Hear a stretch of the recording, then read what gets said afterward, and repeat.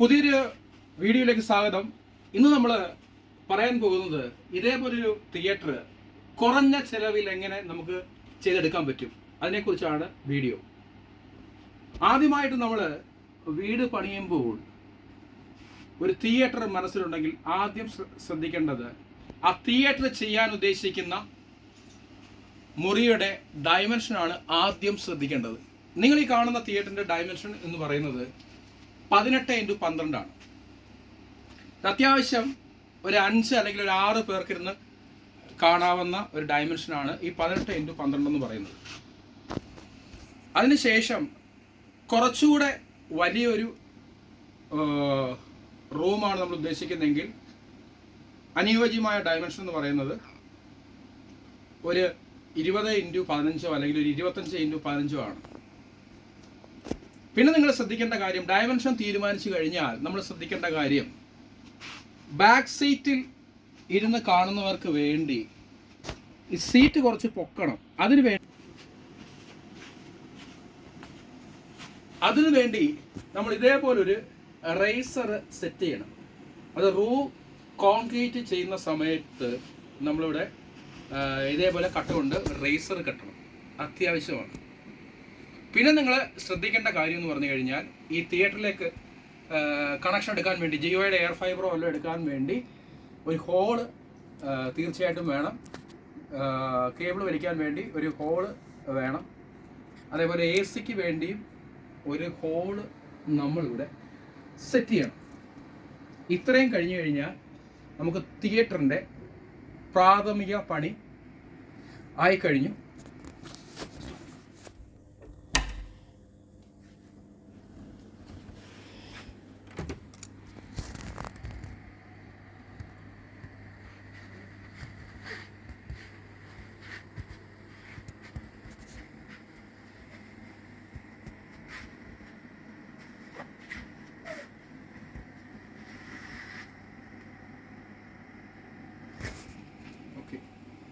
നമ്മൾ ഒരു തിയേറ്റർ ചെയ്യുമ്പോൾ റൂമിൻ്റെ ഡയമെൻഷനെ പറ്റി പറഞ്ഞു കഴിഞ്ഞു. ഇനി നമുക്ക് ഇത് സ്വന്തമായിട്ട് ഒരിക്കലും ഒരാൾക്ക് ഇത് ചെയ്യാൻ പറ്റത്തില്ല. നമുക്കൊരു തിയേറ്റർ ചെയ്യണമെങ്കിൽ തീർച്ചയായിട്ടും നല്ലൊരു ഇലക്ട്രീഷ്യൻ്റെ ഹെൽപ്പ് വേണം. അതുപോലെ നല്ലപോലെ ജിപ്സം വർക്ക് ചെയ്യുന്ന ഒരാളുടെ ഹെൽപ്പ് വേണം. അതുപോലെ തന്നെ അത്യാവശ്യം ഇലക്ട്രോണിക്സ് അറിയാവുന്ന ഒരാളുടെയും ഹെൽപ്പ് വേണം. അങ്ങനെയാണെങ്കിൽ നമുക്ക് ഈ തിയേറ്റർ വളരെ അനായാസേന ചെയ്യാൻ പറ്റും. ഇതിനകത്ത് ഏറ്റവും കൂടുതൽ കോസ്റ്റ് വരുന്നത് ഈ മുകളിൽ കാണുന്ന ഈ പ്രൊജക്ടറിനാണ്. ഇത് ഒരു 4K പ്രൊജക്ടറാണ്. ഇത് എപ്സണിൻ്റെ TW6250 എന്ന് പറഞ്ഞ പ്രൊജക്ടറാണ്.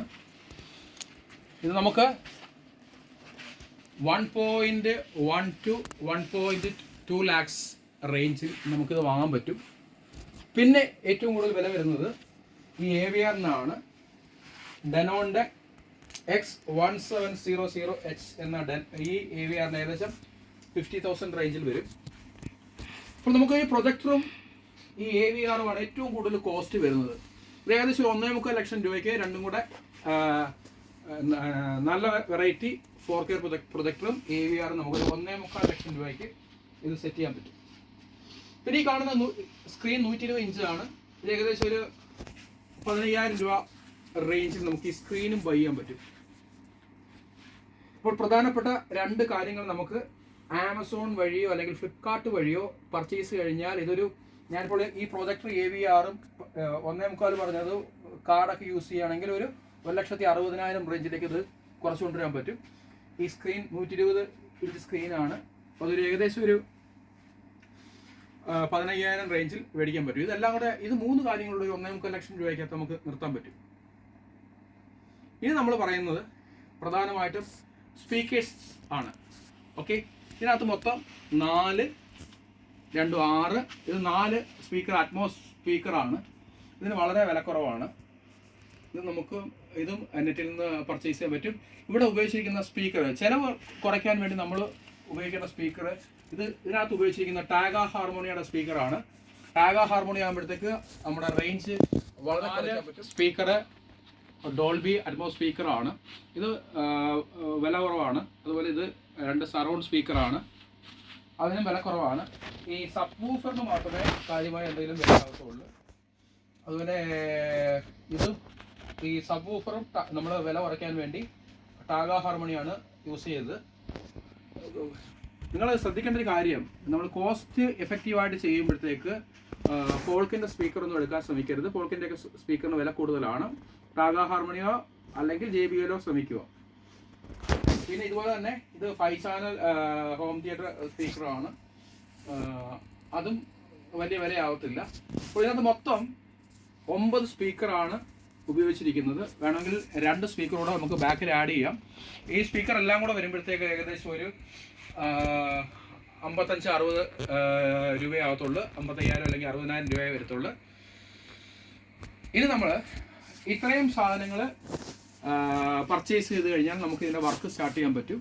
ഇത് നമുക്ക് നെറ്റിൽ നിന്ന് ഇത്രയും കാര്യങ്ങൾ കിട്ടും. ആദ്യം നമ്മൾ ചെയ്യേണ്ട ഇലക്ട്രിക്കൽ വർക്കാണ്. ഇലക്ട്രിക്കൽ വർക്കിനകത്ത് നമ്മൾ HDMI കേബിൾ മേടിക്കണം, സ്പീക്കർ കേബിൾ മേടിക്കണം, പവർ കേബിൾസ് മേടിക്കണം, സർജ് പ്രൊട്ടക്ടർ മേടിക്കണം. മേടിച്ച് ഈ ഒരു ഇലക്ട്രീഷ്യനോട് കൂടി നമ്മൾ ഇലക്ട്രിക്കൽ വർക്ക് തുടങ്ങണം. അതിന് മുമ്പായിട്ട് നിങ്ങൾ ചെയ്യേണ്ടത് ഈ ഇലക്ട്രിക്കൽ വർക്ക് സ്റ്റാർട്ട് ചെയ്യുന്നതിന് മുമ്പായിട്ട് നമ്മൾ ജിപ്സം വർക്ക് സ്റ്റാർട്ട് ചെയ്യണം. ഇത് കണ്ടോ, സൗണ്ട് പ്രൂഫിന് വേണ്ടി നമ്മൾ അക്കസ്റ്റിക് പാനലിലെ സൈഡിലും 3 സൈഡിലും മുകൾ ഭാഗത്തും നമ്മൾ അക്കോസ്റ്റിക് പാനൽ ചെയ്തിട്ടുണ്ട്. അത് ജിപ്സം ചെയ്യുന്നവരെ കൊണ്ട് നമുക്ക് അക്കോസ്റ്റിക് പാനൽ ചെയ്യിക്കാവുന്നതാണ്. നമുക്ക് കടയിൽ നിന്ന് ഈ സൗണ്ട് പ്രൂഫ് ചെയ്യാനുള്ള ഈ അക്കോസ്റ്റിക് പാനൽ വാങ്ങിച്ച് റേറ്റ് കൊടുത്ത് ഒരാളെ കൊണ്ട് ചെയ്യിക്കുന്നതാണ് നല്ലത്. മൊത്തം റേറ്റ് പറഞ്ഞു കഴിഞ്ഞാൽ ചിലവ് കൂടുതലായിരിക്കും. അതിനേക്കാളും നല്ലത് നമുക്ക് ഈ ബോർഡ് മേടിക്കാൻ കിട്ടും, അക്കോസ്റ്റിക് പാനൽ മേടിക്കാൻ കിട്ടും. അത് വാങ്ങിച്ച് ജിപ്സം വർക്ക് ചെയ്യുന്നതിനെ കൊണ്ട് ഇൻസ്റ്റാൾ ചെയ്യിക്കുക. അതുകൊണ്ട് ഇവിടെയൊക്കെ സ്പീക്കർ ഈ പാനൽ കട്ട് ചെയ്താണ് ഇൻസ്റ്റാൾ ചെയ്യുന്നത്. അത് നമ്മൾ ഇൻസ്റ്റാൾ ചെയ്യുമ്പോഴത്തേക്ക് ആണ് ഈ ഇത് കട്ട് ചെയ്തെടുക്കുന്നത്. ഇനി നിങ്ങൾ മേടിക്കേണ്ടത് പ്രധാനമായിട്ടും പ്രൊഫൈൽ ലൈറ്റ്സും അതിൻ്റെ ഡ്രൈവുമാണ്. ഈ കാണുന്ന പ്രൊഫൈൽ ലൈറ്റ്സ് അതുപോലെ ഇതിനകത്ത് 1-2 എണ്ണം കത്തുന്നില്ല. അതുപോലെ അതിൻ്റെ ഡ്രൈവും മേടിക്കണം. പിന്നെ സെൻറ്ററിലേക്ക് നമ്മളൊരു ലൈറ്റും വാങ്ങിച്ചിട്ടുണ്ട്. അതുപോലെ ഈ സൈഡിലേക്ക് ചെറിയ ലൈറ്റും മേടിക്കണം. ഇതിനൊക്കെ വളരെ ഇത്രയും കാര്യങ്ങൾക്ക് വളരെ തുച്ഛമായ കാശേ ആവത്തുള്ളൂ. പ്രൊഫൈൽ ലൈറ്റ്സിനോ അതിൻ്റെ ഡ്രൈവിനോ അതുപോലെ ഈ കേബിൾസിനോ ഒന്നും വലിയ കാശ് ആവത്തില്ല. അപ്പോൾ നമ്മൾ ജിപ്സം വർക്ക് സ്റ്റാർട്ട് ചെയ്യുക. ജിപ്സം വർക്ക് സ്റ്റാർട്ട് ചെയ്തതിന് ശേഷം പുട്ടിയിടണം. പുട്ടിയിട്ട് പെയിൻറ് ചെയ്യണം. പുട്ടിയിട്ട് പെയിൻറ് ചെയ്യുമ്പോഴത്തേക്കാണ് നമുക്ക് ഇതേ രീതിയിൽ കിട്ടുന്നത്. ഇഷ്ടമുള്ള കളർ നമുക്ക് സെലക്ട് ചെയ്യാം. അതിനുശേഷം നമ്മൾ AC മേടിക്കുക.